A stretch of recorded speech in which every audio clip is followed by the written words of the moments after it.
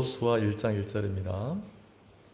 여호와의 종 모세가 죽은 후에 여호와께서 모세의 시종 눈의 아들 여호수아에게 일러 가라사대 내 종 모세가 죽었으니 이제 너는 이 모든 백성으로 더불어 일어나 이 요단을 건너 네가 그들 곧 이스라엘 자손에게 주는 땅으로 가라. 내가 모세에게 말한 바와 같이 무릇 너희 발바닥으로 밟는 곳을 내가 다 너희에게 주었노니 곧 광야와 이 레바논에서부터 큰 하수 유브라데에 이르는 헷 족속의 온 땅과 또 해지는 편 대해까지 너희 지경이 되리라. 너희 평생에 너를 능히 당할 자가 없으리니 내가 모세와 함께 있던 것 같이 너와 함께 있을 것임이라.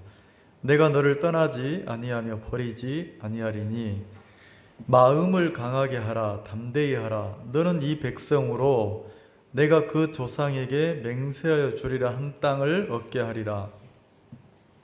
오직 너는 마음을 강하게 하고 담대히 하여 나의 종 모세가 네게 명한 율법을 다 지켜 행하고 좌로나 우로나 치우치지 말라. 그리하면 어디로 가든지 형통하리니 이 율법책을 네 입에서 떠나지 말게 하며 주야로 그것을 묵상하여 그 가운데 기록한 대로 다 지켜 행하라. 그리하면 네 길이 평탄하게 될 것이라. 네가 형통하리라.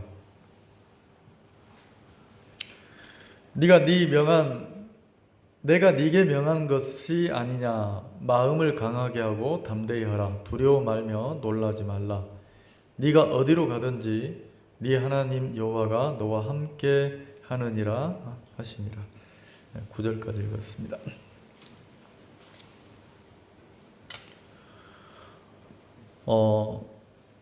한 사람이 이렇게 구원받고 거듭나는 것이 진짜 소중하잖아요.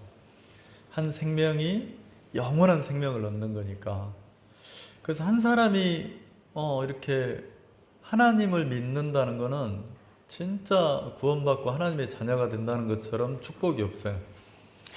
이 지구상에 수없이 많은 사람들이 살고 있는데 하나님을 믿는 신앙인으로 사는 사람들이 몇이나 되는가 생각해 보면 진짜 그 문이 성경대로 그 좁고 협착하다 그런 것처럼 이렇게 참 믿음을 가지고 사는 사람들이 참 적다. 왜? 믿지 않는 사람들이 너무 많으니까 믿음을 가지고 사는 사람들이 성경대로 그 문이 좁고 협착하고 또 찾는 이도 적고 이렇구나 이런 마음이 드는 거예요. 구원받는 것도 중요하지만 이제 하나님의 자녀가 되는 것도 중요하지만 신앙은 이렇게 하나님의 자녀로 태어나서 그 다음에 성경을 통해서 정확한 믿음을 배워서 내가 하나님이 내게 주시는 정확한 믿음을 배워서 신앙인의 삶을 살 때 그 믿음의 삶을 살 때 그 사람만이 누리는 그 기쁨이나 행복이 있어요. 나 이제 하나님의 자녀가 됐다. 여기서 이거 말고 하나님의 자녀가 되고 난 이후에 성경을 통해서 하나님이 내게 주시는 정확한 믿음을 배우고 나면 그 믿음을 소유했을 때 그 믿음을 갖지 못하고 신앙하는 것과 그 믿음을 가지고 신앙하는 삶이 완전히 다른 거예요. 그래서 정확한 믿음 하나를 배워놓으면 그냥 한 사람의 인생이 바뀌어요. 그냥 인생이 송두리째 하나님 없이 잘 살던 인생에서 이제는 하나님이 없이는 살 수 없고 하나님의 인도를 따라 사는 인생으로 인생이 마치는 날까지 완전히 바뀌어버리는 거예요. 그리고 그 믿음을 정확하게 배웠을 때 한 가정이 바뀌고 그리고 역사를 보면 기독교 역사를 보면 한 시대가 바뀌는 거예요. 한 도시가 완전히 한 시대가 바뀌는 거예요. 그래서 믿음을 내가 정확하게 배우는 게 굉장히 중요하다. 그래서 정확하게 배워서 내가 거듭난 그리스도인이 가져야 될 믿음을 가지고 인생을 사는 것과 그렇지 않은 삶은 완전히 다른 거예요. 왜냐하면 내가 그 믿음을 정확하게 배우지 못하면 매 일반이에요. 이렇게 구원을 받아도 안 받아도 똑같고, 세상 사람이나 뭐 신앙하는 사람이나 똑같고, 내가 어디 있을 때 매 일반 똑같은 사람이 된다는 거죠. 근데 성경은 믿음 그러면 빛으로 표현했어요. 근데 그 믿음이 없는 상태를 어둠으로 표현할 때가 많단 말이에요. 그리고 소금으로도 표현했어요. 소금, 너희는 세상의 빛이요 그 다음에 소금이니 그랬으니까. 소금 그러면 맛을 내고, 소금 그러면 뭡니까? 자기가 녹지 않으면 이게 그 맛을 못 내잖아요. 근데 이상하죠? 소금이 만약에 무엇을 잃으면? 소금이 모양을 잃으면 이렇게 안 돼 있어요. 맛을 잃으면 그랬어요. 맛을 잃으면. 밖에 버리워져서 이렇게 오고 가는 사람들에게 밟힌다고 표현이 됐거든요. 사람들에게 밟히는 거예요. 어떤 사람이냐면 믿음이 없이 그냥 자연인으로 사는 세상 사람들에게 밟힌다는 거죠. 그리고 이제 내가 내 자신을 이렇게 돌아보면 내가 정확한 믿음 하나를 배웠을 때 이상해요. 세상이 바뀐 것이 아무것도 없는데 내가 분명하고 정확한 믿음을 이 말씀 속에서 딱 얻었을 때 내가 세상을 이기는 거예요. 형편이 달라진 게 아무것도 없는데 내 마음에 하나님을 믿는 믿음 하나가 딱 들어왔을 때 그 형편을 내가 밟고 넘어서는 거예요. 살아있는 물고기와 죽은 물고기의 차이점이, 살아있는 물고기는 물이 흐르면 그 물을 어떻게 합니까? 물을 따라 흘러갑니까? 물을 거슬러 올라갑니까? 근데 죽은 물고기는 모양도 똑같은데 물고기 모양이 있는데 죽은 물고기는 힘이 없는 거예요. 물이 흐르면 흐르는 대로 흐름을 따라 간다는 거죠. 나는 내가 믿음을 정확하게 배우거나 갖지 못했을 때 나를 본 적이 많아요. 그리고 내가 후회한 적도 많아요. 내가 왜 이러지? 이렇게 안 살고 싶은데 내가 왜 이거밖에 안 되지? 그러니까 다시 말해서 내 생각과 다르게 내가 막 떠내려고 하는 나를 보는 거예요. 내가 원치 않는데 대세를 따라서, 흐름을 따라서 내가 휩쓸려 가는 나를 보는 거예요. 근데 이상하죠? 그렇게 살던 나였는데 내가 복음을 듣고 구원을 받은 이후에 말씀 속에서 다른 것을 믿는 것이 아니라 내가 하나님을 믿는 정확한 믿음 하나를 딱 발견했는데, 그리고 그 믿음을 가지고 내가 딱 소신이라 하죠. 그리스도인이 갖는 신앙인의 신념이 있어요. 그걸 하나 딱 가졌는데 내가 거스려지는 거예요. 내 자신도 거스려지고, 내 생각도 거스려지고, 형편도 거스려지고, 그리고 세상도 거스려서 내게서 어떤 빛이 나는 것처럼 그리스도인만이, 믿음을 가진 그리스도인만이 나타나는 그 어떤 힘이 있는 거예요. 이상하네. 옛날에는 내가 사람을, 대세를 따라서 사람에 휩쓸리고 막 내가 이런 사람이 아닌데 내게서 거듭난 그리스도인의 어떤 힘이, 빛이 막 나오는 거예요. 그리고 내가 그 길로 가는 거예요. 근데 이상하죠? 그 길로 가면 세상이 나를 좋아하는 게 아니고 싫어해요. 그리고 그 길로 가면 외로워요. 근데 내가 그 길을 걷고 있는 나를 볼 때가 많은 거예요. 그래서 이게 거듭난 그리스도인이 믿음을 갖는 게 굉장히 중요하구나. 내가 정확하고 분명한 믿음을 가지면 이상하죠? 내가 하나님이 주신 믿음을 가지면 내가 교회에서 분리돼서 떨어져 나갑니까? 교회와 하나가 됩니까? 교회가 하나가 돼서 내가 나를 막 주장합니까? 연합이 됩니까? 함께가 되는 거예요. 그리고 교회의 머리는 누구냐면 주님이니까 이제는 내가 교회가 하나가 되고 함께가 됐을 때, 같이가 됐을 때, 함께 같이 연합하여 됐을 때 그 머리 대신 주님의 뜻에 이끌려서 내 삶이 이렇게 한 발 한 발 인생이 사라지는 거예요. 전에는, 이 말 표현 이해 가실지 모르겠는데, 전에는 내가 하나님을 섬겨보려고 할 때가 많았어요. 전에는 내가 믿음을 가지고 내가 믿음으로 살려고 할 때도 많았어요. 다시 말해서 물고기가 물살을 거스르려고 애쓴다면 살아있는 물고기입니까? 죽은 물고기입니까? 이렇게 내가 막 애써서 거스리는 게 아니고 본능이라는 거죠. 본능. 살아있는 물고기는 그냥 거슬려서 올라가 지는 거예요. 근데 내가 죽어있는 물고기는 예를 들어 의지가 없지만, 의지가 있다고 합시다, 표현이. 내가 막 거스리려고 하는데 거슬려지지 않고 물살을 따라 떠내려 간다면 살아있는 겁니까? 죽은 겁니까? 내 신앙이 그랬다는 거죠. 내 신앙이. 내가 하나님을 믿어보려고 하고, 내가 믿음을 가져보려고 하고, 내가 그런 신앙을 해보려고 하고, 그리고 내가 세상 사람과 다르게 살아보려고 내 마음에서 막 원하는데 안 되는 나 때문에 괴로울 때도 많았다는 거죠.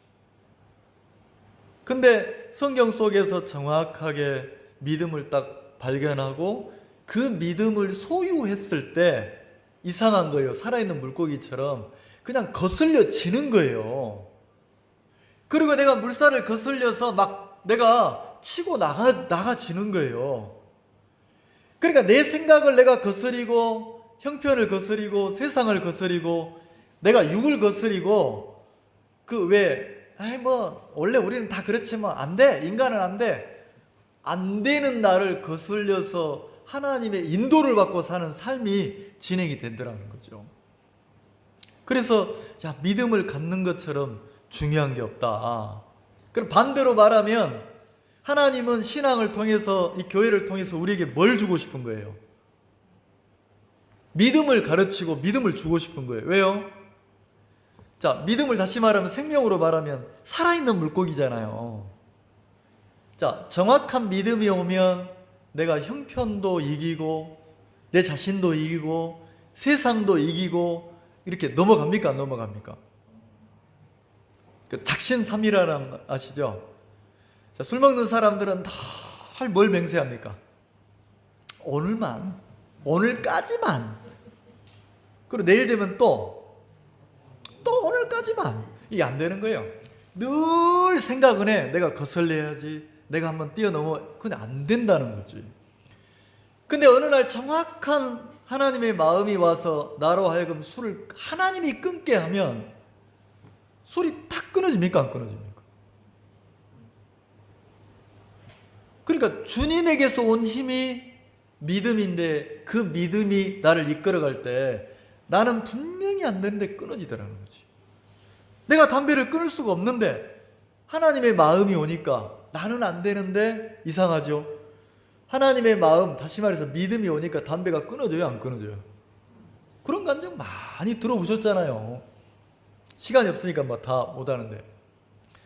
이상하다는 거죠. 정확하게 하나님의 마음, 다시 말해서 하나님을 믿는 믿음이 올 때 내 힘으로는 안 되는데 술이 끊어지고, 내 힘으로 안 되는데 담배가 끊어지고, 내 힘으로 안 되는데 세상이 끊어지고, 자, 하나님에게 그때부터 이끌려가는 삶이 시작되잖아요.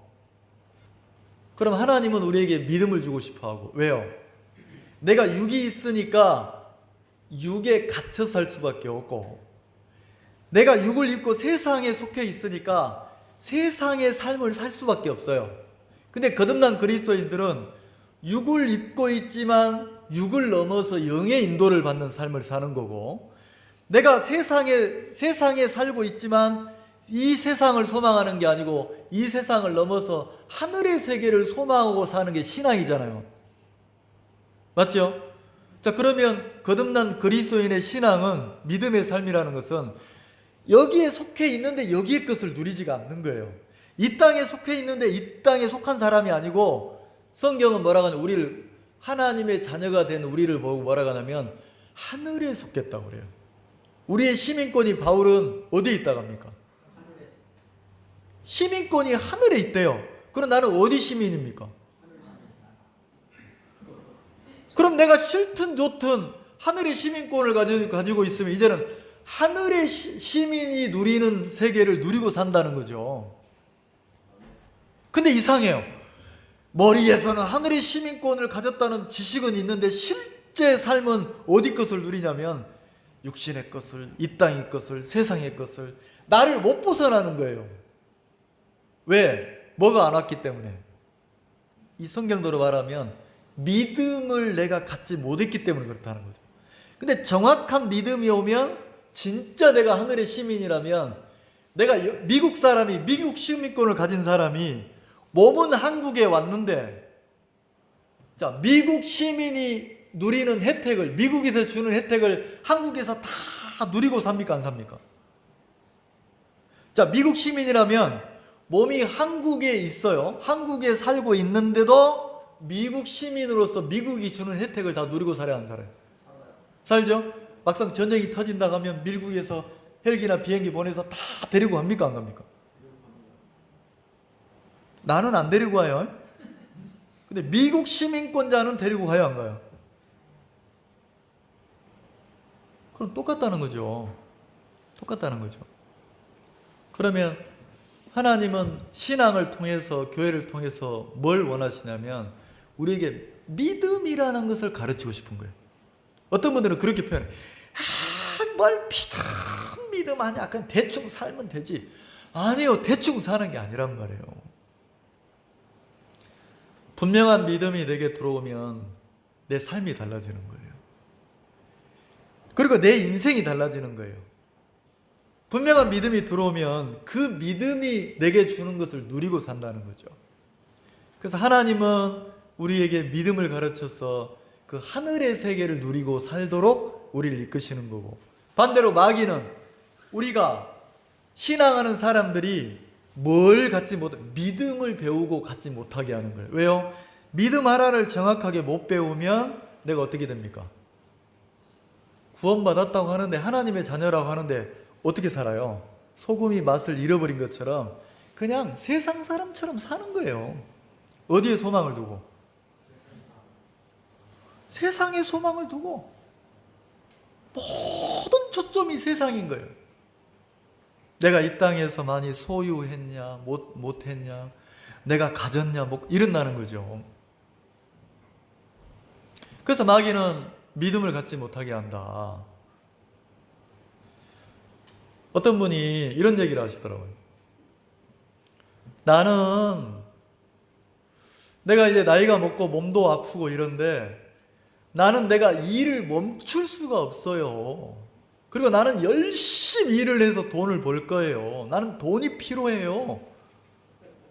그러면서 뭐라고 하시냐면, 내가 왜 돈을 벌려고 내가 막 나도 힘들고 쉬고 싶고 이런데 내가 쉬지 않고 일을 하는 줄 아세요? 나는 일찍, 내 아들 딸이 일찍 결혼해서 손자 손녀를 낳았는데 너무 예쁘다는 거죠. 손자 손녀를 보면 눈에 넣어도 안 아프다는 거죠. 근데 자기가 원치 않는데 어느 날 할아버지가 됐대요. 할아버지가 됐는데 자기가 막 땀을 흘려서 일을 해서, 옛날에는 못 느꼈는데 일을 해서 돈을 탁 벌어보니까 자기 자식 키울 때는 못 느끼는 손자 손녀가 태어나니까 그 기쁨이 있더라는 거지. 그래서 그 손자 손녀가 전화해가지고 할아버지 그러면 막 예간장이 녹는다는 거예요. 그리고 이게 이제 그 통화하거나 이럴 때 할아버지가 맛있는 거 사갈게. 뭐 필요한데? 장난감. 장난감 할아버지가 사줄게. 근데 막 그 손자 손녀한테 막 용돈을 주고 장난감을 사주고 뭐 먹고 싶어 해서 뭐 먹고 싶어 그럼 그래 아이스크림 사줄게, 맛있는 걸 사주고 이럴 때 그 자기 마음이 너무 행복하다는 거예요. 그래서 자기는 일을 해야 된대요. 그래서 자기는 돈을 벌어야 된다는 거지. 그 손자 손녀가 막 기뻐하고 내 새끼들이 막 기뻐하고 행복해하는 모습을 보면 자기가 더 기쁘고 더 행복하다는 거죠. 그래서 자기는 허리가 휘어도 악착같이 일한다 하더라고. 자기 자식을 사랑하니까. 근데 제가 이제 그 이야기를 이렇게 들으면서 무슨 마음이 드냐면 신앙하고 접목이 되는 거예요. 만약에 그분이 나는 우리 아이들이 행복했으면 좋겠다. 나는 우리 아이들을 사랑한다.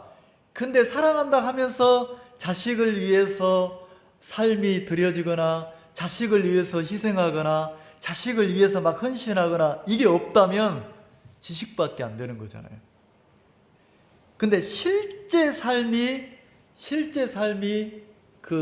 이렇게 자식을 기쁘게 하고 자식을 섬기고 자식을 막 행복하게 하고 이런데 자기가 희생하면서 사는 거예요. 할아버지니까, 아버지니까. 제가 어떤 지역에 발령받아 갔는데 좀 마음이 많이 아팠어요. 어떤 게 아팠냐면 성경을 통해서 분명하고 정확한 믿음을 가지면 그 믿음을 가진 사람들이 실제 살아가는 삶이 있어요. 근데 이분들은 복음을 듣고 구원받고 자기가 하나님의 자녀가 됐다고 하고 자기는 세상과 구별된 신앙인이라고 말은 해요. 말은 하는데 내가 볼 때 잘못된 믿음을 가지고 신앙생활을 하고 있는 게 보이는 거예요. 왜냐하면 이분들은 어떻게 말을 하냐면 야, 하나님이 하셔. 하나님이 도우셔. 하나님이 해야지 뭐. 우리가 할 수 있나? 우리는 못해. 하나님이 하셔야지. 그리고 뭐라고 하냐면 복음을 위해 살아야 돼. 복음을 위해 살아야 돼. 그리고 막 주구장창 교회를 오시는 거예요. 오해하지 마세요. 교회를 온다는 걸 내가 싫어한다는 게 아니에요. 교회를 오시는 그 성도들을 싫어하는 목회자가 어디 있겠어요? 근데 안타까운 게 뭐냐면 입으로는 야, 하나님이 도우셔야 돼. 하나님이 하셔야 돼. 복음을 위해 살아야 돼. 믿음으로 살아야 돼. 이렇게 말은 하는데 제가 뭘 보냐면 그분들의 실제 생활이나 삶을 보는 거예요. 삶을 보니까 너무 안타까운 거예요. 주구장창 교회에 와서 인터넷 켜놓고 말씀 듣는다고 믿음 배운다고 계속 쳐다보고 있어. 1년 365일을 그러고 있어요. 출근도장 찍듯이 와가지고. 나는 막 그게 너무 안타까운 거예요. 왜냐하면 내가 그 형제님, 그 자매님 가정을 보면 애가 콩나물 자라듯이 쑥쑥 크고 있어. 중학생에, 고등학생에. 그럼 내일 모레 자고 일어나면 또 쑥 커요, 안 커요? 고등학생은 대학생 될 거고, 중학생은 고등학생 될 거고, 그럼 초등학생은 중학생 될 거고, 그럼 1년, 2년 지나면 이제 돈이 들어갈 일이 많아져, 안 많아져? 그게 안 보입니까? 그게 보이잖아요. 자, 그러면 복음을 위해 살아야 돼. 믿음으로 살아야 돼. 그리고 하나님이 하셔야 돼. 하나님이 도우셔야 돼. 이러고 가만히 앉아있으면 어느 날 막 학비가 나오고 어느 날 막 뭐가 나오고 나와요? 적어도 부모라면 결혼을 해서 자식을 낳았으면 그 아까 제가 간증한 어떤 분 그 친구처럼 야, 나는 일을 더 해야 돼. 왜? 나는 내 새끼들, 내 손자들이 행복해하는 게 너무 좋아. 난 돈을 벌 거야. 누구를 위해서 지금 산다는 겁니까? 그러면 교회에 와서 막 그 인터넷만 보고 있어야 되는 게 아니고, 아, 내 새끼가 크는구나. 이 소중한 내 새끼를, 내 자식을 누가 줬어요? 하나님이 주셨으니까 내 아이가 크면 이제 중학생이 되고 고등학생이고 대학생이 될 건데, 그럼 마음껏 공부할 수 있도록, 마음껏 애들이 할 수 있도록 하나님이 주신 소중한 자녀들인데 그 아이들을 뒷받침하고 그 아이들을 희생하고 막 이렇게 살아야 정상적인 삶 아닌가요? 근데 너무 안타까운 거예요. 어떻게 배웠는지 모르겠는데 하나님이 도우셔야 된다 하고 믿음으로 살아야 된다 하고 복음을 위해 살아야 된다 하고 말은 하는데 실제로는 하나님이 주신 소중한 자녀들을 위해서 막 안 사는 거예요. 그 제가 어느 날 불렀어요. 그런 분들을 몇몇을 불렀어요. 내가 볼 때 안타까운 분들을 불러가지고 자매님은 직장 잡으세요. 자매님은 직장 잡아서 일을 하세요. 젊은데. 깜짝 놀라는 거예요. 이 새로운 목사가, 이단 목사가 왔다는 거지. 복음을 위해 살으라 해야 되는데 직장 잡으라 하니까 이해가 안 가면 그냥 내가 시키는 대로 하세요. 직장 잡으세요. 근데 이제 처녀 때 결혼해가지고 여지껏 놀았으니까 안 하던 일을 하니까 몸이 막 욕을 할 거 아니에요. 근데 이제 직장 나가서 일을 하니까 입이 대빨 나왔는 거예요. 힘들어 죽겠다는 거지. 힘들 때마다 누가 원망이 되냐면 직장 잡으라는 목사가 원망이 되는 거예요. 찾아왔어요. 나를 찾아와가지고 복음을 위해 살으라 해야 되는, 지금까지 목사님들은 복음을 위해 살으라 했는데, 믿음으로 살으라 했는데 왜 목사님은 나보고 직장 잡으라 하냐고 힘들어 죽겠다 하면서, 내가 그보다 더 힘든 게 이렇게 사는 게 맞는지 틀린지 모르겠다고, 내가 교회 와서 앉아 있어야 되는데 직장 가서 일을 하고 있는데 몸은 힘든 건 둘째치고 막 마음에서 이해가 안 돼 죽겠다는 거예요. 그래서 제가 이제 내가 발령받아 왔으니까 내가 가르치는 믿음도 한번 배워보라고. 지금 힘들어 죽겠죠? 죽겠대요. 그만두고 싶죠? 막 그만두고 싶대요.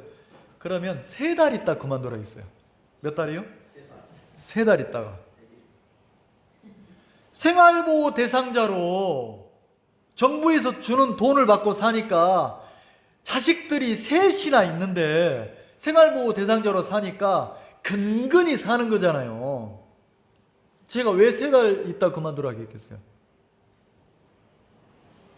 월급을 3달 받아보면, 없는 집에 월급을 받으면 이게 막 엄청 큰 힘이 되는 거예요. 속되게 말하면 돈 맛을 좀 보라고. 속되게 말하면 돈 맛을 좀 보라고. 왜요? 그렇게 내가 고생해서, 앞에 얘기했던 그분처럼 고생해서 땀 흘려서 일을 해가지고 돈을 벌었어요. 월급을 받으면 자식들을, 가족들을 위해 쓰면 가족들이 풍족해지면, 내가 노력한 대가로 돈을 벌어서 풍족해지면 우리 아이들 입에 맛있는 게 들어가고 여유로워지고. 자, 여유로워지면 마음도 넓어져 안 넓어져요? 내 목구멍에 풀칠하게 바쁜데 누구를 돌아보겠어요? 근데 내가 월급을 받아서 이렇게 없는 집에 그렇게 하면 진짜 이게 크거든요. 그러면 이제는 나만 생각하는 게 아니고 옆 사람도 쳐다볼 수 있는 거예요. 여유가 생기니까. 그럼 다른 사람을 섬길 수도 있는 거예요. 그래서 3개월만 일하라 했어요. 3개월만. 3개월 내내 찾아와서 나한테 시비를 거는 거예요. 팔 아프다, 머리 아프다, 하나님의 뜻인지 아닌지 모르겠다. 근데 어느 날은 좀 좋아져. 그래서 내가 불렀어요. 자매님 월급 받았죠? 그랬어요. 월급 받으니까 너무 좋은 거야. 몸이 아파도. 근데 또 한 달 지나고 2달 지나고 3달 지나니까, 3달 지나고 나서는 내가 그랬어요. 자매님 직장 그만 다니실래요? 그랬더니 아니요 이러더라고. 어느 날은 교회 마당에 그 부인들이 모여서 성경 공부하는 날인데, 교회 마당에 차를 한 6대 정도 될 주차 공간이 있어요. 근데 막 시끌시끌 싸움이 났는 거예요. 그래 나가봤더니 앞 빌라에 사는 그 아주머니들하고 싸움이 붙었는 거예요. 교회 자매님들이. 그래서 내가 가만히 들으면 왜 싸우나 했더니, 우리 주차장인데 우리 교회 사람도 아닌데 주차를 했다는 거죠. 그래서 제가, 아니 교회가 지역 주민들을 위해서 봉사하고 하는 거지, 비어있는 주차장에 차를 대는데 뭐가 문제냐. 근데 자기들은 자전거 타고 와서 딱 세워놨는데 억울하다는 거죠. 우리 땅인데. 억울해요 안 억울해요? 뭐가 억울해? 억울한 거 아니에요. 그래서 제가 뭐라 했냐면, 억울하면 빨리 차 사라고 그랬어요. 다 젊은데 빨리. 근데 차 사러 가니까 이분들은 기가 막히겠어요? 기가 안 막히겠어요? 지금 복음을 위해서 돈을 바치고 교회가 걷어가는 돈 내기도 힘들어 죽겠는데 뭐 하러 가니까? 차 사러 가니까. 그래서 내가 뭐라 했냐면, 교회 돈 내지 말아 했어요. 내가 다 책임질 테니까 배당금 내지 말아야겠어요. 배당금 그런 거 필요 없다고. 먼저 여러분들이 잘 살면 좋겠다고. 그리고 진짜 차를 사랬어요. 근데 진짜 차를 한 명, 두 명 차를 사기 시작하는 거예요. 자, 그럼 젊은 부인들이 차를 사니까 일을 해서 할부로 돈도 갚아가고 차도 사고 차가 생기니까 이제 싸울 필요가 없는 게 전화 걸어서 죄송합니다만 제가 차를 대야 되는데 차를 좀 빼주실 수 있겠어요? 그럼 싸울 일 있어요, 없어요? 주인이 된다는데 안 빼주는 사람 누가 있겠어요? 차도 사고. 어느 날 불렀어요. 자매님은 집이 있습니까? 형제님 집이 있습니까? 집이 없대요. 전 재산이 100만 원이 있대. 학생 때 복음을 듣고 구원받아가지고 가정을 꾸리고 사는데 전 재산이 100만 원 있다는 거예요. 그럼 그 이야기를 들을 때 내 마음이 기쁘겠어요? 억장이 무너지겠어요? 자매님 집 사세요. 형님 집 사세요. 이상하죠? 집 사라는데 왜 자꾸 나를 이상하게 쳐다보죠? 복음을 위해 살아야 되는데 집 살아간다고 이상한 목사라는 거지. 자, 복음을 위해 살아야 되니까 집도 필요해, 안 필요해?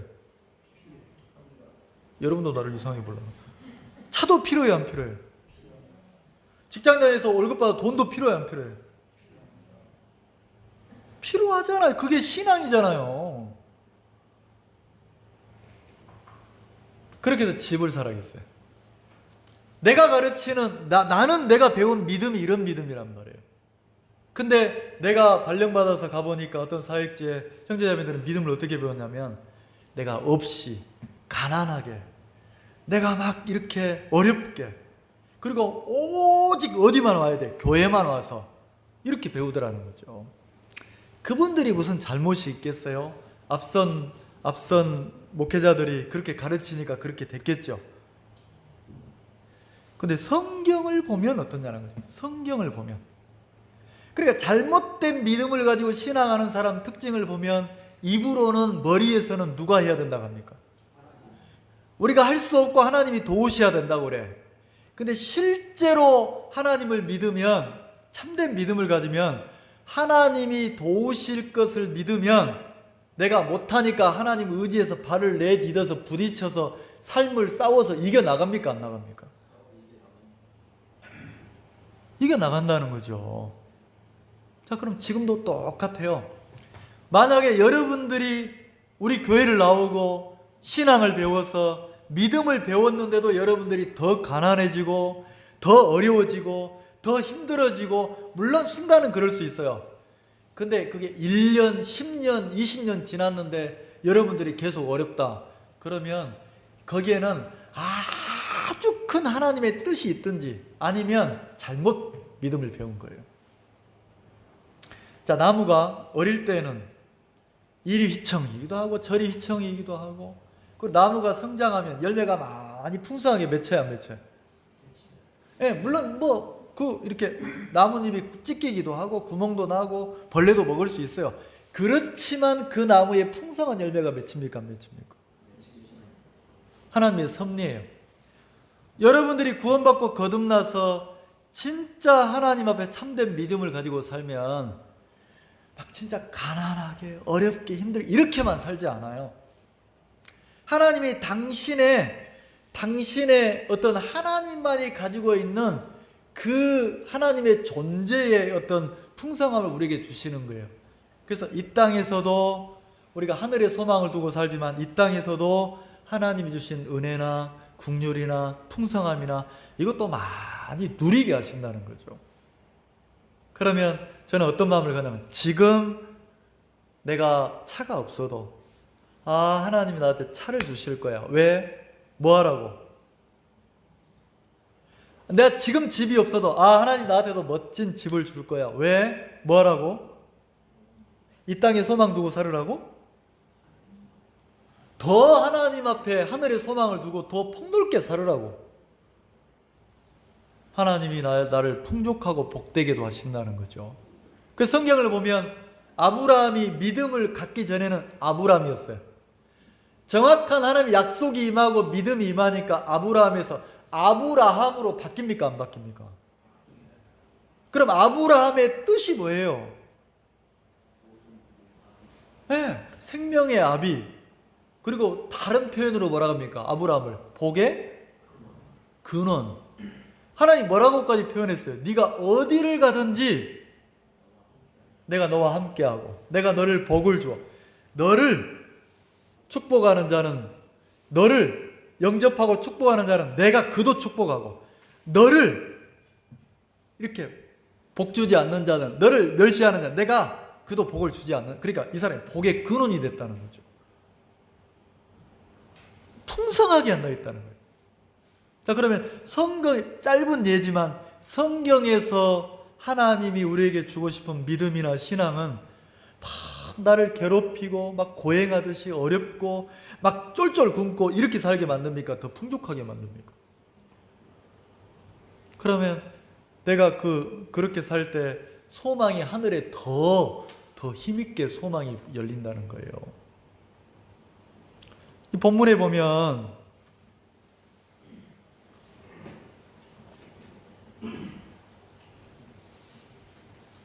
본문에 보면 이 1장에 여러분들이 나중에 집에 가서 읽어보시면 이 1장에는 어떤 단어가 많이 나오냐면 하나님이 여호수아에게 1장 2절 봅시다.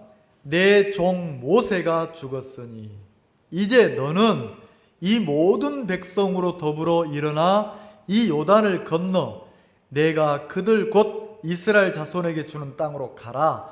다시 표현하면 하나님이 여호수아에게 야 여호수아야, 내 백성을 일으켜 세워서 건너가라. 뭘 건너가라? 요단을 건너라. 요단을 건너면 하나님이 약속한 가나안 땅이잖아요. 가나안 땅으로 들어가라는 거예요. 이게 요지예요. 메시지 요지. 그러면서 하나님이 계속해서 반복해서 여호수아에게 뭐라고 합니까? 너는 마음을 강하게 하고 마음을 담대히 하고 너는 두려워하지 말고 내가 너와 함께 할 거니까 너는 마음을 강하게 하고 마음을 담대히 하라. 그게 계속 반복돼서 나와요. 자, 너는 그러니까 너가 누구예요? 여호수아예요. 여호수아에게 너는 마음을 강하게 하고 두려워하지 말고 담대히 하고 이렇게 표현했다는 거죠. 자, 그러면 만약에 제가 이렇게 표현해 볼게요. 내가 찬송 지휘하시는 형제님 보고 자, 형제님 마음을 강하게 하세요. 두려워하지 마세요. 염려하지 마세요. 형제님 염려하지 마세요. 자, 이 말은 내가 이렇게 표현한다는 것은 저 찬송 지휘하시는 형제님 마음이 아무 두려움도 없어. 염려하는 것도 없어. 근데 내가 그렇게 말하면 내가 이상한 사람이 되잖아요. 그죠? 근데 내가 염려하지 마세요. 두려워하지 마세요. 자, 그러면서 내가 얘기한다는 것은 형제 마음에 두려움이 있어야 되고 염려가 있어야 그 표현을 할 수 있잖아요. 이 말 이해가시죠? 자, 그러면 하나님이 반복해서 거기 읽어봅시다. 6절 같이 한번 읽읍시다. 시작. 마음을 강하게 하라. 담대히 하라. 너는 이 백성으로 내가 그 조상에게 맹세해 주리라 한 땅을 얻게 하리라. 자, 지금 땅을 얻었어요? 못 얻었어요? 아직 가나안 땅에 들어가지 않았어요. 하나님이 약속으로 얻게 하신다는 땅을 네가 마음을 강하게 하고 담대히 하고 들어가면 발만 내디디면 얻게 하신다는 거예요. 누가? 하나님이. 7절 또 같이 읽읍시다. 시작. 오직 너는 마음을 강하게 하고 극히 담대히 하여 나의 종 모세가 네게 명한 율법을 다 지켜. 자, 너는 마음을 강하게 하고 극히 담대히 하여. 한글성 이랬단 말이에요. 마음을 강하게 하고 담대히 하라는 거지.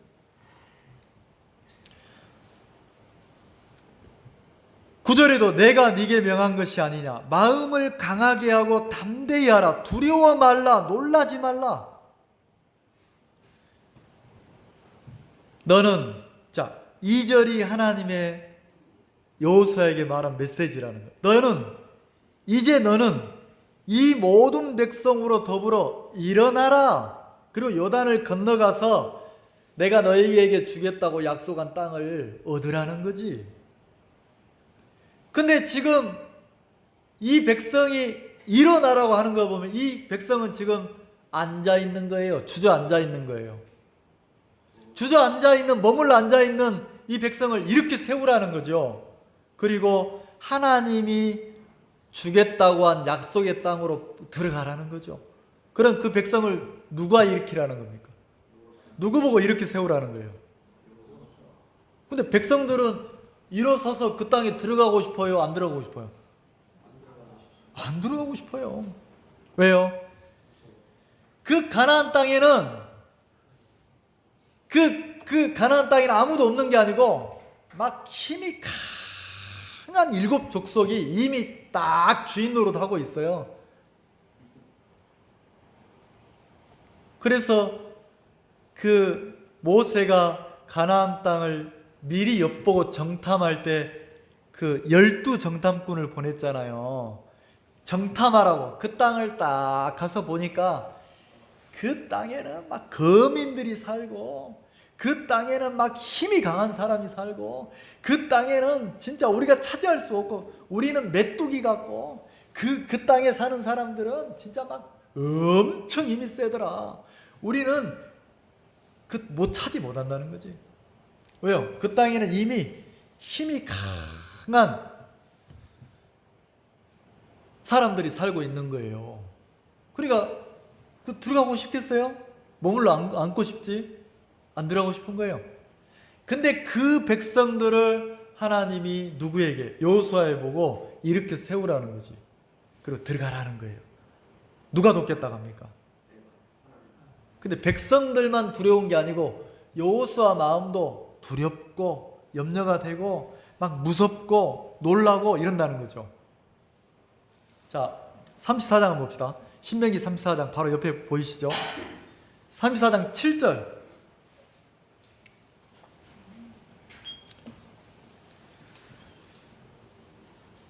34장 7절. 모세의 죽을 때 나이 120세나. 자, 120살에 누가 죽었어요?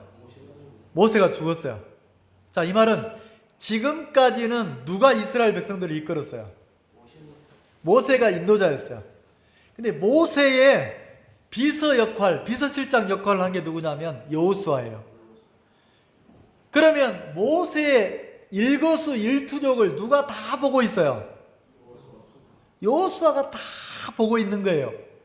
근데 이스라엘 애굽에서 그 종생활하던 이스라엘 백성들을 이끌고 그 광야 40년 동안 이끌어 올 때 그 이스라엘 백성들을 이끄는 모세의 삶이 평안했습니까? 백성들이 막 모세를 죽이려고 하고 원망하고 툭 하면 모세를 찾아와서 왜 우리를 애굽에서 나오게 했냐 하고 우리가 무슨 이런 걸 원했냐 하고 막 모세를 원망하고 불평하고 막 모세를 향해서 막 돌을 들고,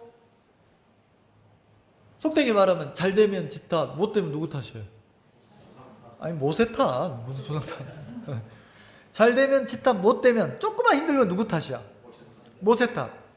그 이스라엘 백성들의 원망과 불평의 모든 대상이 누구냐면 모세였단 말이에요. 그걸 누가 다 지켜봤습니까? 그러니까 이 이스라엘 백성에 대해서 누가 빠삭하게 하냐면 비서실장 역할을 했던 여호수아가 잘 알고 있는 거예요. 근데 지금까지는 모세가 이 백성들을 이끄는 인도자였으니까 누가 방패가 됐습니까? 모세가 다 감당했어요. 자기가 감당할 게 없었어요. 근데 여호수아 1장 1절에 보면 여호와의 종 모세가 죽은 후에 그랬어요. 모세가 죽은 후에 하나님이 여호수아에게, 모세의 시종 눈의 아들 여호수아에게 이제 네가 이끌어라. 네가 이스라엘 백성들을 인도해라. 그렇게 이스라엘 백성들의 인도자로 누구를 세웠습니까? 여호수아를 세웠어요. 그 백성을 딱 담당하고 이끌 때 여호수아의 마음에 아이고 감사합니다 하나님. 세상에 나 같은 것을 뽑아주셨네요. 아이고 감사합니다. 자, 이렇게 말하려면 이스라엘 백성들이 신사적이어야 돼. 데살로니가 사람들은 베레아 사람들보다, 아닌가? 베레아 사람들은 데살로니가 사람들보다 더 신사적이어서 말씀이 그러한가 그렇지 아니한가 이 성경을 상고하고 묵상하고 이랬다고 돼 있잖아요. 그러면 그 사람들 이끌기가 좋잖아요. 근데 이스라엘 백성들은, 자, 물어봅시다. 자, 애굽에서 가나안 땅까지 며칠이면 갈 수 있어요? 일주일. 자, 1번 일주일, 2번 4일. 며칠? 7일. 7일, 그래. 자, 신명기 한번 봅시다. 신명기를 한번 찾아봅시다. 그 여호수아 앞에 신명기죠. 그게 1장에 나옵니까? 2장에 나옵니까? 봅시다.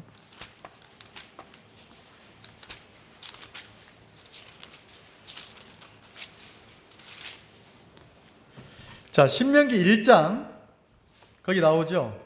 2절. 2절 같이 한번 읽어볼까요? 찾으셨습니까? 신명기 1장 2절. 찾으셨죠?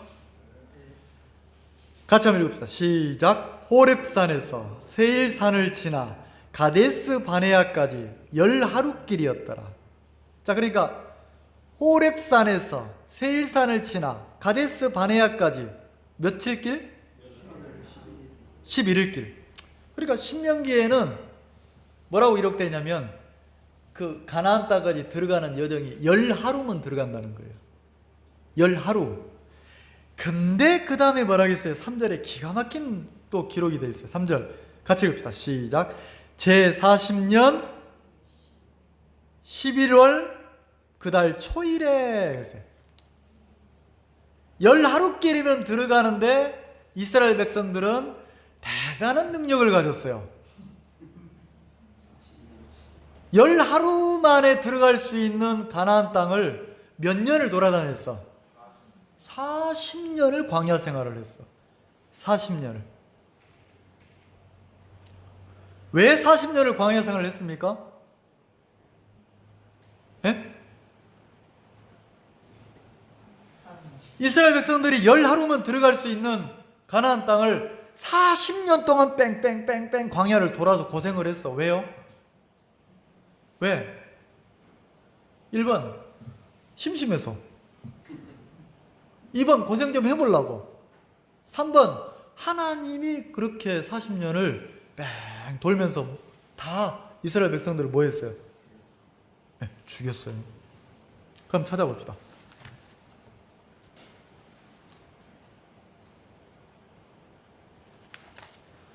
신명기 14장인가요? 한번 찾아봅시다.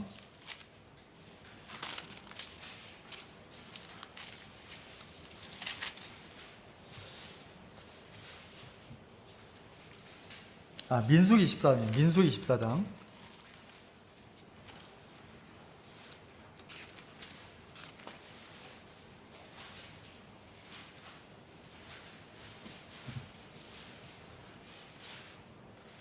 민수기 14장, 제 성경 219페이지입니다. 한번 찾아보세요. 여기 보면 이유가 나와요. 왜 10하루길이면 들어갈 수 있는 그 가나안 땅을 40년 동안 뺑뺑뺑뺑 하나님 돌렸는지. 자, 14장, 민수기 14장, 제 성경 219페이지 쪽에 있습니다. 14장 26절. 여호와께서 모세와 아론에게 일러 가라사대. 27절. 나를 원망하는 이 악한 회중을 내가 어느 때까지 참으랴. 이스라엘 자손이 나를 향하여 원망하는 바, 그 원망하는 말을 내가 들었노라. 28절. 그들에게 이르기를 여호와의 말씀에 나의 삶을 가리켜 맹세하노라. 너희 말이 내 귀에 들린 대로 내가 너희에게 행하리니. 29절을 같이 읽읍시다. 시작. 너희 시체가 이 광야에 엎드려질 것이라. 너희 20세 이상으로 계수함을 받은 자, 곧 나를 원망하는 자의 전부가 여분네의 아들 갈렙과 눈의 아들 여호수아 외에는 내가 맹세하여 너희로 거하게 하리라 한 땅에 결단코 들어가지 못하리라. 자, 40년 동안 광야 생활을 하게 하면서 여호수아와 갈렙 말고는 다 하나님이 약속한 땅 가나안 땅에 들어가지 못하도록 하나님이 다 결단코 들어가지 못하도록 결단코 그랬으니까 약속한 땅에 결단코 들어가지 못하도록 하나님이 뭐 했습니까? 광야 생활을 통해서 그 원망하고 불평하고 거역하고 거스리는 그 이스라엘 백성들을 다 죽였어요, 안 죽였어요? 그러니까 가나안 땅은 원망, 불평, 불신, 거역 절대 못 들어가는 거예요. 가나안 땅은 누구만 들어가냐면 하나님의 약속과 언약에 자기를 딱 내려놓고 순종하는 사람만 들어갈 수 있는 거예요. 그러면 가나안을 들어가기 전에 반드시 여호수아 1장에 보면 이 백성을 일으켜 세워서 요단을 건너라 했잖아요. 가나안을 들어가려면 반드시 뭘 건너야 됩니까? 요단강을 건너야 돼요. 그 요단은, 자, 홍해는 구원을 가리켜요. 하나님의 자녀가 되는 거예요. 근데 광야 40년 동안 원망, 불심, 거스림, 거역, 자, 이런 육을 다 죽이시는 거예요, 하나님. 요단을 건널 때, 가나안 들어갈 때는 불신도, 원망도, 거스림도, 대적도, 육에 속한 것들을 다 내려놔야 돼요. 그리고 뭐만 가지고 갑니까? 하나님의 약속과 언약을 믿는 믿음으로만 요단을 건너는 거란 말이에요. 자, 하나님의 세계는 그 약속, 하나님을 믿는 믿음으로 누리는 세계가 하나님의 세계라는 거죠. 자, 그러면 거기 읽어봅시다. 자, 본문으로 가봅시다. 여호수아서 조금만 할게요. 자, 여호수아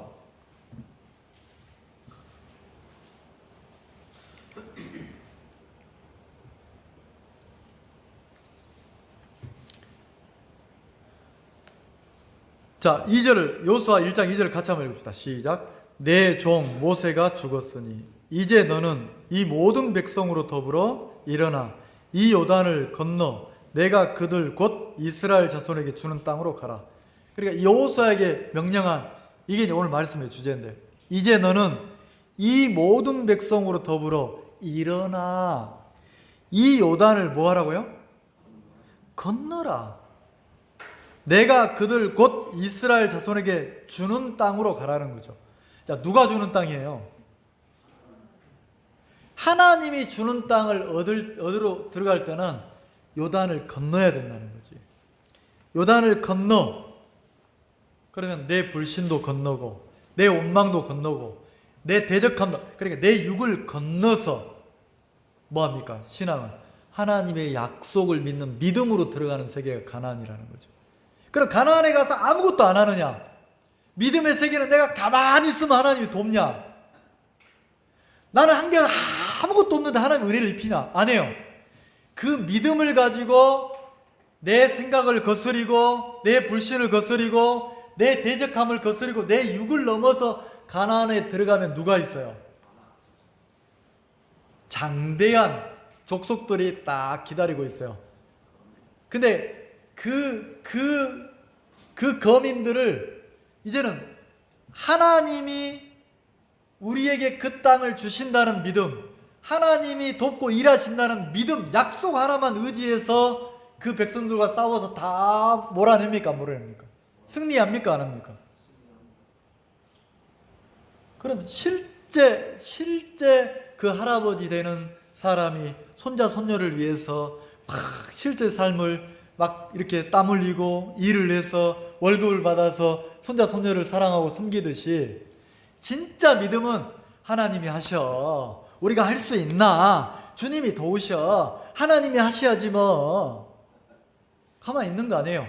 진짜 하나님이 하신다는 걸 믿으면, 내가 할 수 없고 내가 안 된다는 요 믿음이 오면 내 형편을, 내 불신을, 내 육을 넘어서 약속의 땅으로 들어갑니까? 안 들어갑니까? 들어가서 실제 두렵지만, 내가 두렵고 무섭고 떨리지만 마음을 강하게 하고 담대히 하는 거예요. 누가 도울 거니까. 하나님이 분명히 그 땅을 우리에게 줘야 안 줘요? 여호수아에게 분명히 준다는 거예요. 그래서 자 3절, 내가 모세에게 말한 바. 자, 이미 하나님이 여호수아에게 말고 모세에게 말을 했어. 뭐라고?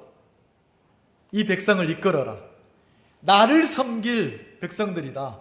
애굽에서 건져내라. 그리고 어디로 데리고 가라? 가나안 땅으로 인도해라. 왜? 거기에서 나는 그의 하나님이 되고 그들은 나의 백성이 될 거라고 했단 말이에요. 어디에서 하나님을 섬긴다고요? 나는 그들의 하나님이 되고 그들은 나의 백성이 되리라. 어디서? 가나안에서.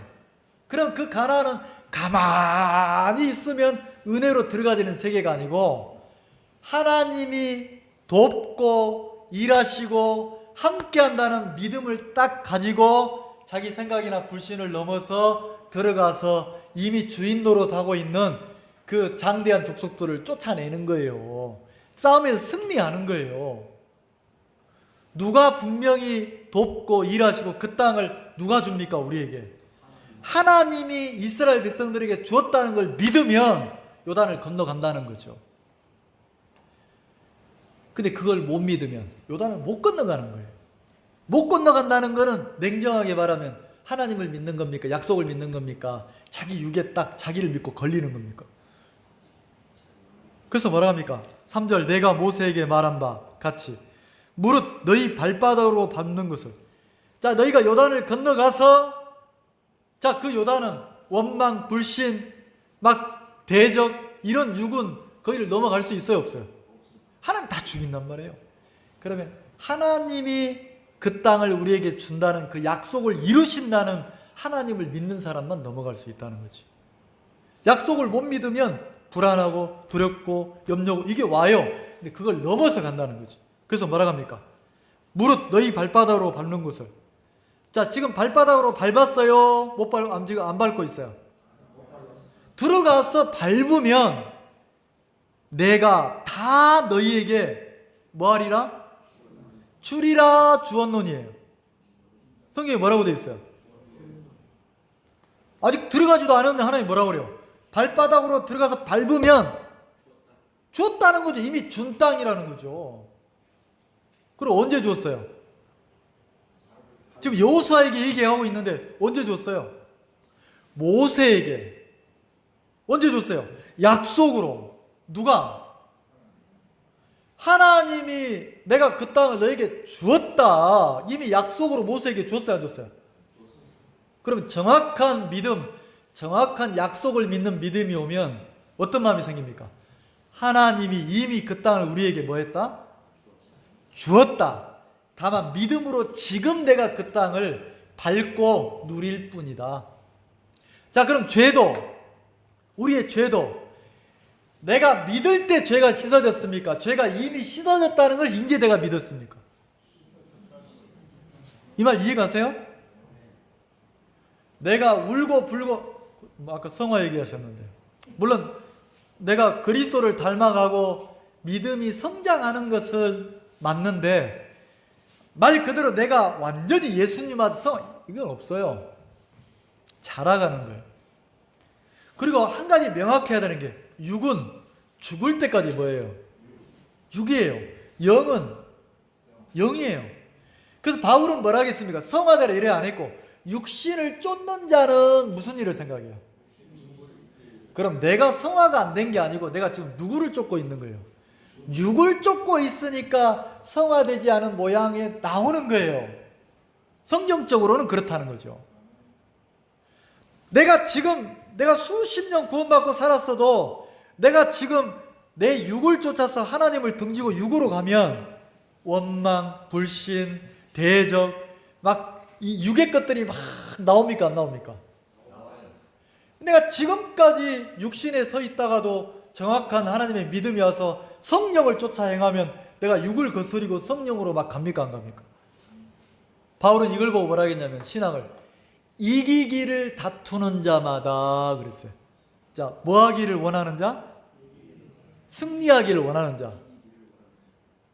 자기를 뭐 한다고요? 절제한다는 거예요. 절대란 말이 뭐예요? 싸우는 거예요. 누구와 싸워요? 네, 내 자신과. 아, 내가 몸무게 3kg 빼야지. 5kg 빼야지. 자, 지금부터 살 뺀다잉. 근데 아내가 옆에서 치킨 시켰는데? 아, 나 안 먹어. 나 안 먹어. 후라이드인데 당신 좋아하는 후라이드인데? 아, 그럼 오늘까지만 먹자. 뭐 하나 먹는다고. 우리 이제 집사람 옆에서 아, 후라이드는 살 안 찐대. 아, 그래? 살 안 찌지? 그리고 막 먹어. 자, 그럼 이미 내가 졌어요, 안 졌어요? 졌죠? 자, 그렇게 지는 사람은 오늘 지는 사람 내일 또 져 안 져? 믿음이 올 때까지 져. 믿음이라는 마음을 정하는 거니까. 지는 거예요. 그럼 많은 사람들이 뭐라고 하냐면 에이, 내가 원래 육신이 이런데 뭐. 원래 내가 그런데 뭐. 그거는 실은 뭐 하냐면 마음을 정해서 믿음을 갖는 게 아니고 타협하는 거예요. 다시 말해 성경적으로 바울이 표현한 대로 말하면 뭘 쫓는 겁니까? 육을 쫓는 거예요. 육을 쫓으니까 육의 열매가 나오는 거예요. 내가 성령을 쫓으려면 육을 뭐 해야 돼요? 거슬려야 돼? 안 거슬려야 돼요? 그래서 육신의 소욕은 성령을 거스리고 성령의 소욕은 뭘 거스립니까? 육신을 거스리고. 근데 그 거스림을 자, 성령의 소욕을 내가 육신을 거스릴 때 좋아요? 아침에 출근하는 시간이 왜 이렇게 빨리 돌아와? 그 일어나고 싶어요? 안 일어나고 싶어요? 싫잖아요. 근데 내가 직장 생활을 해서 정상적인 생활을 하려면 일어나기 싫어하는 내 육을 거스려야 돼, 안 거스려야 돼? 신앙도 똑같다는 거지. 근데 잘못된 믿음을 가지면 입으로는 늘 누가 한대? 하나님이. 누가 돕는데? 그리고 실제로는 자기 육을 거스려 안 거스려? 자, 육을 거스리지 못한다는 것은 성령을 쫓아 행하지 않는다는 거예요. 이 말 이해가시죠? 그러니까 내가 성화는 되고 싶어, 머리에서는. 근데 실제 삶은 그게 돼, 안 돼? 안 된다는 거죠. 그러면 정확한 믿음이 오면 하나님의 마음이 와서 내가 거스리는 싸움이 시작되면 물살과 싸워서 이겨나가는 거예요. 하나님의 마음이. 그러면 이 여호수아 1장에는 믿음이 뭔지가 정확하게 나와 있다는 거죠. 하나님이 여호수아 보고 네가 가서 발로 밟으면 싸워서 이기면 네 땅이 되는 거야. 이렇게 말을 했습니까? 아니야. 네 백성을 일으켜 세워서 가나안으로 들어가서 네 발을 디디면 이미 하나님이 모세를 통해서 너에게 준 땅을 네가 누리는 거야. 준 땅. 하나님은 이미 가나안 땅을 줬어요, 안 줬어요? 줬어요. 그럼 누구만 차지할 수 있습니까? 믿음을 가지고 믿음을 가지고 일어서는 사람만 그걸 누리는 거예요. 그래서 여호수아에게 뭐라 합니까? 2절에 내 종 모세가 죽었으니. 죽었어요. 이제는 누가? 여호수아가 인도자야. 이제 너는 이 백성으로 더불어. 그러니까 더불어니까 여호수아도 들어가고 그다음 누구도? 원망하는 백성은 죽었어요. 이제는 약속을 믿고 믿음으로 육을 거스리고 요단을 건너서 하나님의 약속을 믿고 주님을 믿고 믿음으로 발을 내디딜 백성들이란 말이에요. 그 백성들을 일으켜 세우라는 거죠. 더불어 일어나 요단을 건너 내가 그들 곧 이스라엘 자손에게 주는 땅으로 가라. 내가 모세에게 말한 바와 같이 무릇 너희 발바닥으로 밟는 것을 내가 다 너희에게 주었노니. 다 주었다는 거죠. 그러면 그 가나안 땅은 다 준 땅, 이미 하나님이 준 땅을 믿음으로 싸워서 얻어내는 거라는 거죠. 그럼 신앙이 보세요. 신앙이 가만히 있으면 신앙이 됩니까? 가만히 있으니까 그런 감정 없어요. 가만히 있으니까 교회가 딱 생기고, 가만히 있으니까 딱 일이 되고. 그건 도깨비 방망이에요. 성경은 그렇게 가르치지 않는다는 거죠. 진짜 하나님이 약속으로 언약으로 주었다는 걸 믿으면 이제 일어나야 돼요. 그리고 발을 내딛어서 누가 그 땅을 밟아야 돼요. 그 땅에 들어가면 이미 주인 노릇하고 있는 사람들이 있다니까. 들어오게 해요, 못 들어오게 해요? 약속을 묻고 믿음으로 거스려서 싸워서 이기는 거란 말이에요. 이해가세요? 진짜 하나님이 이미 주었다는 그 땅을 우리 땅으로 주었다면 믿음으로 부딪혀 싸운다는 거지. 근데 그 땅에는 이미 자기가 주인이라고 자리를 딱 잡고 있는 사람들이 있어요, 없어요? 있다니까. 있는 거예요. 그러니까 12명의 정탐꾼을 보면 두 종류로 딱 나눠져요. 10명의 정탐꾼은 어떻게 합니까? 아이고 우리는 메뚜기고 그 사람들은 막 장대하다. 절대로 거기 들어갈 수 없다. 땅은 좋은데 이미 주인이 딱 자리 잡고 있더라. 안 돼. 이러는 거예요. 근데 여호수아 갈렙 두 사람은 어떻게 했습니까? 하나님이 우리와 함께하고 하나님이 우리에게 그 땅을 주셨고 그 사람들은 우리의 밥이다, 밥 이랬단 말이에요. 이상하죠? 똑같은 땅인데 약속을 믿는 믿음으로 보니까 두렵고 떨리고 염려하고 여기에 머물지 않는 거예요. 넘어간다는 거지. 그리고 믿음으로 싸운다는 거죠. 그래서 여호수아 1장에 계속해서 하나님 여호수아에게 뭐라 합니까? 너는 마음을 강하게 하고 담대히 하고 두려워하지 말고 염려하지 말고 네가 어디로 가든지 내가 너와 함께 할 거니까 그래서 여호와께서 너희에게 주사 얻게 하신 땅을 얻기 위하여 들어가라. 얻게 하신 땅을 얻기 위하여 뭐라고요? 들어가라. 우리가 이렇게 분명하고 정확한 하나님을 믿는 믿음의 세계를 사는 사람들인데 정확하게 하나님이 어떻게 내 죄를 사했는지, 진짜 하나님이 내 죄를 사했는지 사하지 않았는지 이미 약속으로 말씀하신 게 성경이잖아요. 그러면 제가 시간이 없어서 설명 못 하겠지만 이 여호수아에게 하나님이 뭐라고 하시냐면 7절, 8절 그걸 자세히 읽어보시면 뭐라고 되냐면 여호수아에게 당부를 해요. 네 입에서 이 말씀을, 율법을 떠나지 말게 해라. 그리고 묵상하라. 지켜라. 그러면 형통하리라. 이랬단 말이에요. 그런 약속이에요. 하나님이 모세에게 세운 약속을 네 입에서 떠나지 말게 해라. 그걸 지켜 행하라. 그러면 좌로나 우로나 치우치지 않게 될 거다. 뭘 믿을 때? 눈으로 보는 형편이 아니라 하나님이 이미 모세에게 세우신 언약과 약속을 믿을 때, 다시 말해서 그 땅을 누가 이미 줬다는 겁니까?